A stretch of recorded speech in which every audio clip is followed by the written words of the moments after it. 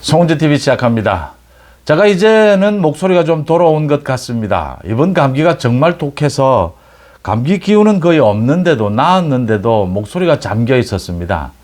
그래서 제가 다른 방송에 출연을 하거나 뭐 급한 일이 있기 전에는 오전에는 꼭 이렇게 영상을 올렸는데 한동안 오전에 영상을 올리지를 못했습니다. 목이 너무 잠겨 있어 가지고 이제는 영상을 올릴 수 있을 것 같고요. 또 하나 제가 다른 방송이나 유튜브에 가급적이면 출연을 자제를 합니다. 제 송은재TV 제작을 조금 더 하는 것이 맞다 이렇게 생각을 하는데, 그러니까 펜앤마이크에는 월요일 아침 출연을 하고 있습니다. 정기적으로. 또 최근 들어서 멸콩TV에도 이렇게 정해놓지 않고 출연을 가끔 합니다. 어제 저녁에도 출연을 했는데 제가 말씀을 드리지 않았는데도 송은재TV의 회원분들이나 구독자분들이 많이 또 멸콩TV에 들어와 주셔서 환영해 주셔서 고맙기도 합니다. 먼저 국민의힘에서 조금 전에 이 당헌 당규 개정하는 것, 전당대회 이제 룰을 바꾸는 것 모두 그대로 두고 당신 100% 이 부분을 민심을 20% 넣는 것으로 이렇게 결정을 했습니다. 당신 100%가 맞다라고 했는데 민심을 20%는 넣자라고 해서 이렇게 최종 결정이 됐습니다. 제 송은재TV를 통해서도 여러 번 이걸 말씀을 드렸고 많은 이 시청자분들께서 호응도 해 주셨고 국민의힘 쪽에도 이렇게 당원들을 중심으로 해서 많은 여론의 압박이 있었습니다. 그래서 이걸 30%, 50% 이렇게 이야기하다가 20%로 최소한으로 줄일 수가 있었습니다. 전당대회 경선 룰도 그렇습니다. 1년 전에 당신 100%로 바꿨죠.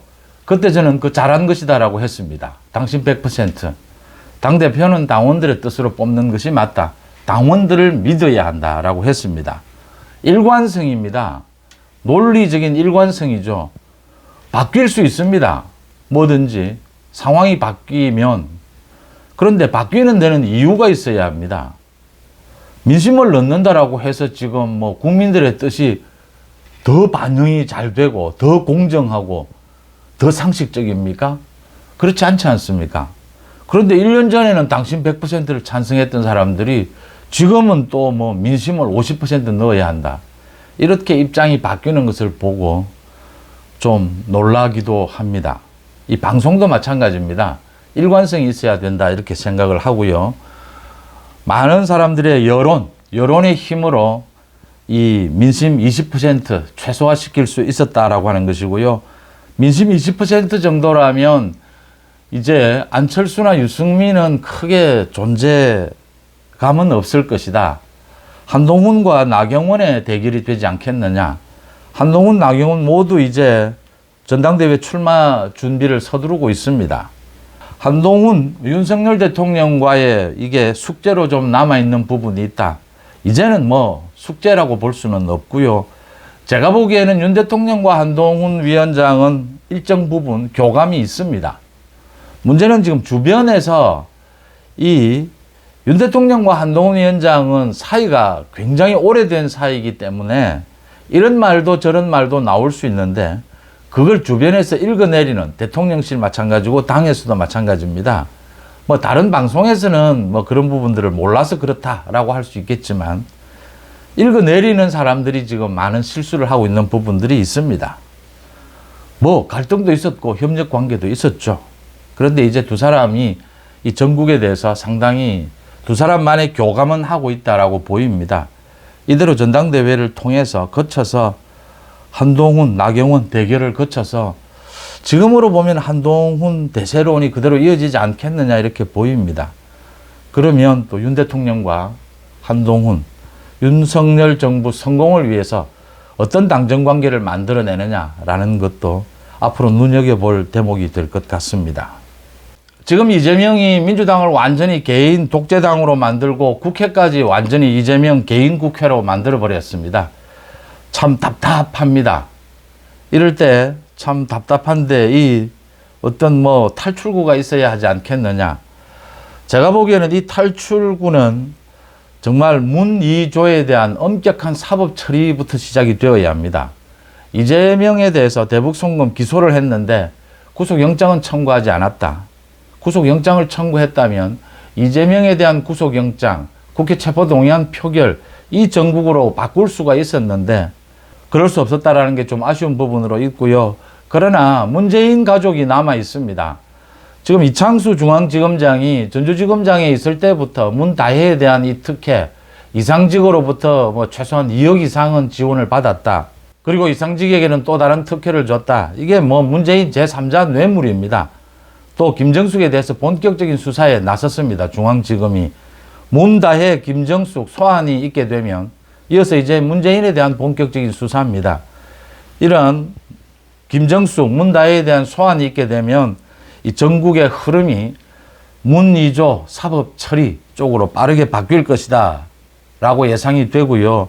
문재인과 조국은 내일 당장 불러도 지금 뭐 검찰에서 불러서 조사할 것이 한두 가지가 아닙니다. 이재명에 대해서도 아직까지 검찰 수사가 많이 남아 있습니다. 그러니까 그 쪼개기 후원금을 받은 것, 쌍방울 등으로부터 또 이재명 부부의 그 법인카드 횡령 이런 것들이 남아 있습니다. 이재명을 소환해야 될 필요가 있는 것이고요. 조국도 마찬가지입니다. 이런 국면으로 바뀌어야 한다라고 보입니다. 이런 상황에서 지금 가장 기대 또는 관심을 끄는 인물이 조희대 대법원장입니다. 이재명은 지금 국회까지를 장악하고 난 다음에 방탄을 하려고 하고 있습니다. 대한민국의 사법 시스템을 완전히 허물려고 하고 있습니다. 이걸 막아낼 수 있는 사람은 조희대 대법원장이다라고 하는 겁니다. 재판 지연입니다. 재판 지연을 막지 못하면 이거 이대로 가다가는 우리 헌정 질서가 완전히 무너진다라고 하는 겁니다. 나라가 망할 수도 있다라고 하는 것입니다. 이 경고를 한동훈이 한 겁니다. 헌법 84조입니다. 이 한동훈이 헌법 84조를 사흘에 걸쳐서 이야기를 했는데 대통령은 내란, 외환의 죄를 범한 경우 외에는 재직 중에 형사상 소출을 받지 않는다라고 되어 있는 이 헌법 84조입니다. 대통령에 당선이 되면 그동안 진행되던 재판 이걸 계속해야 되느냐 중단되느냐 이 이야기입니다. 이건 지금 뭐 찬반이 나뉘어 있고 전 세계적으로도 그렇습니다. 이 재판을 헌법에 정해져 있지도 않습니다. 이 부분에 대해서는. 실질적으로도 대통령이 되고 나면 이 재판이 그대로 정상적으로 진행될 수 있겠느냐. 지금 이 문제 제기를 한동훈이 한 겁니다. 한동훈이 이 문제 제기를 한 것은 앞으로 1년, 2년 전국은 재판 지연입니다. 특히 이재명, 문이조의 이 재판 지연, 이걸 막지 못하면 우리 헌정 질서가 완전히 무너진다라고 하는 것입니다. 이재명이 국회를 장악하는 가운데 정청래를 법사위원장으로 임명을 했습니다. 정청래가 많은 법안들을 무더기로 만들어내겠다라고 하고 있습니다. 정청래가 무슨 법을 만들든 국회를 이재명 한 사람의 국회로 만든 이상 어떤 법을 만들든 모두 대통령이 거부권을 행사할 수 있습니다. 모두 대통령이 거부권을 행사해서 국회로 되돌려 보낼 수 있습니다. 그런데 할 수 없는 게 한 가지가 있습니다. 탄핵입니다. 대통령에 대한 탄핵은 할 수가 없습니다. 3분의 2가 필요합니다. 그런데 판검사에 대한 탄핵은 민주당이 할 수가 있습니다. 이재명이 정청래를 법사위원장에 저렇게 코미디처럼 꽂아놓은 것은 탄핵 때문입니다. 자신의 재판을 맡고 있는 판사들을 탄핵하겠다라고 하는 것입니다. 그것도 판결이 나올 쯤 해서 지금 그걸 노리고 있는 것입니다. 그 다음 이재명이 민주당을 완전히 장악하면서 당헌 당규를 바꿨습니다. 이재명은 바라지 않는 것처럼 빼기도 하고 친명이 반대한다 일부 쇼를 벌입니다. 모두 각본입니다. 이재명은 이 당헌 당규 개정 그것보다 더 중요한 오는 8월 당대표 연임입니다. 또 당헌 당규 개정을 통해서 이재명이 구속이 되더라도 민주당의 당대표를 계속하고 구속이 되더라도 감옥에서도 대선 후보에 출마할 수 있도록 이렇게 지금 민주당을 만들고 있고 만들어 가고 있습니다. 이재명을 구속시켜야 하는 이유는 재판 지연을 막을 수 있기 때문입니다. 조금 더 효과적으로. 이 재판 지연, 이게 앞으로 1년, 2년 우리 전국의 핵심 키워드가 될 겁니다. 다음 대선이 있기 전에 이재명의 재판이 끝나지 않으면, 적어도 하나라도 끝나지 않으면 우리 헌정 질서가 완전히 무너진다라고 하는 것입니다. 이재명이 만약 그럴 리도 없고 그래서도 안 되겠지만 다음 대통령 선거에 출마해서 대통령이 된다면 그걸 그대로 볼 수가 있습니까? 말이 안 되는 일이지 않습니까? 살인을 저지른 사람이 지금 재판 지연을 통해서 재판 질질 끌어서 대통령이 된다면 그걸 국민들이 용인할 수 있겠습니까? 이제 나라가 두 쪽이 난다라고 하는 것이죠. 한동훈이 그걸 경고하고 있는 겁니다.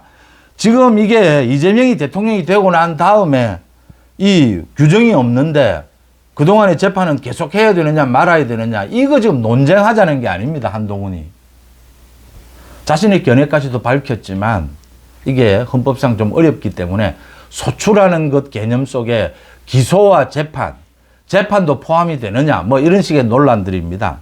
한동훈이 말하고자 하는 것은 다음 대통령 선거 전에 이재명의 재판은 끝내야 한다라고 하는 것입니다. 그 부분을 경고하고 있는 것입니다. 조희대로 돌아가겠습니다. 조희대입니다. 조희대 대법원장이 취임한 이후에 가장 강조하고 있는 것이 재판 지연을 막겠다는 것이고 지금도 그렇습니다. 또 조희대 대법원장은 적극적으로 나서면 재판 지연을 막을 수 있습니다. 지금의 재판 지연이 왜 생겼느냐? 김명수가 대법원장을 하면서 이 법원의 규칙을 바꿨습니다. 대표적인 게 두 가지입니다. 하나는 이게 재판이 좀 질질 끌어지더라도, 시간이 걸리더라도 실체적 진실을 발견하기 위해서, 인권을 보호하기 위해서 최선을 다하라. 또 하나는 가급적이면 구속을 시키지 말고 재판을 하도록 해라. 인권 보호를 위해서. 이렇게 규정을 두 가지를 바꿨습니다. 지금 일부 판사들은 그러지 않아도 정치권에 대한 재판, 구속, 부담을 느끼고 있습니다. 하기 싫어합니다. 요즘은 판사들이. 이런 상황인데 이런 규정까지 있으니까 잘 됐구나. 구속 안 시킵니다. 가급적이면 뭐 재판 질질 겁니다. 선거법 위반 재판은 대법원 판결까지 1년 안에 모두 끝내도록 되어 있습니다. 그런데 이재명의 선거법 위반 재판은 2년이 가고 있는데도, 2년이 다 되어 가는데도 아직 1심 판결도 언제 나올지 알 수가 없습니다. 재판부도 바뀌었습니다. 판사가 사표를 내버렸습니다. 이거 법 위반인데도 이럴 경우에 징계를 한다, 뭐 어떤 벌을 가한다 라는 규정이 없어서 매번 이렇게 위반을 합니다. 이런 것을 조희대 대법원장이 바로잡을 수가 있습니다. 조희대 대법원장이 최근에 사법정책자문위원회라는 것을 만들었습니다. 어제였습니다. 어제 첫 회의를 가졌습니다. 여기에 재판 지연을 막기 위한 지금 현실이 어떻느냐 파악하고 특별팀도 만들었습니다. 어제도 조희대 대법원장이 지금 전국을 돌면서 재판 지연을 막아야 한다는 걸 가장 강조하고 있습니다. 판사들의 인사를 통해서 또 규칙 개정을 통해서 김명수 사법부가 저지른 저 재판 지연, 저 부분을 조희대 대법원장이 적극적으로 나서서 막을 수가 있습니다. 없앨 수가 있습니다. 좀 더 적극적으로 나서서 조희대 대법원장이 이 재판 지연을 막기 위해서 판사들을 독려하고 인사를 통해서 또는 각종 지침을 통해서 판사들을 이 독촉을 하면 이 재판 지연 상당히 당길 수가 있습니다. 특히 이재명의 위정교사 1심 판결은 지금 빠르면 8월 달에 내릴 수가 있습니다. 1심 판결을 8월 달에 내리면 내년까지는 충분히 지금 대법원 판결까지 끝낼 수가 있습니다. 워낙 이게 사건 자체가 간단하고 이재명의 공범 김진성은 지금 모두 인정하고 있습니다. 위정을 했다라고 인정을 하고 있습니다. 위정교사 때문에 그 재판이, 이재명의 거짓말을 한 그 선거법 위반 재판이 무죄가 됐습니다. 재판에 영향을 끼친 겁니다. 위정을 해서.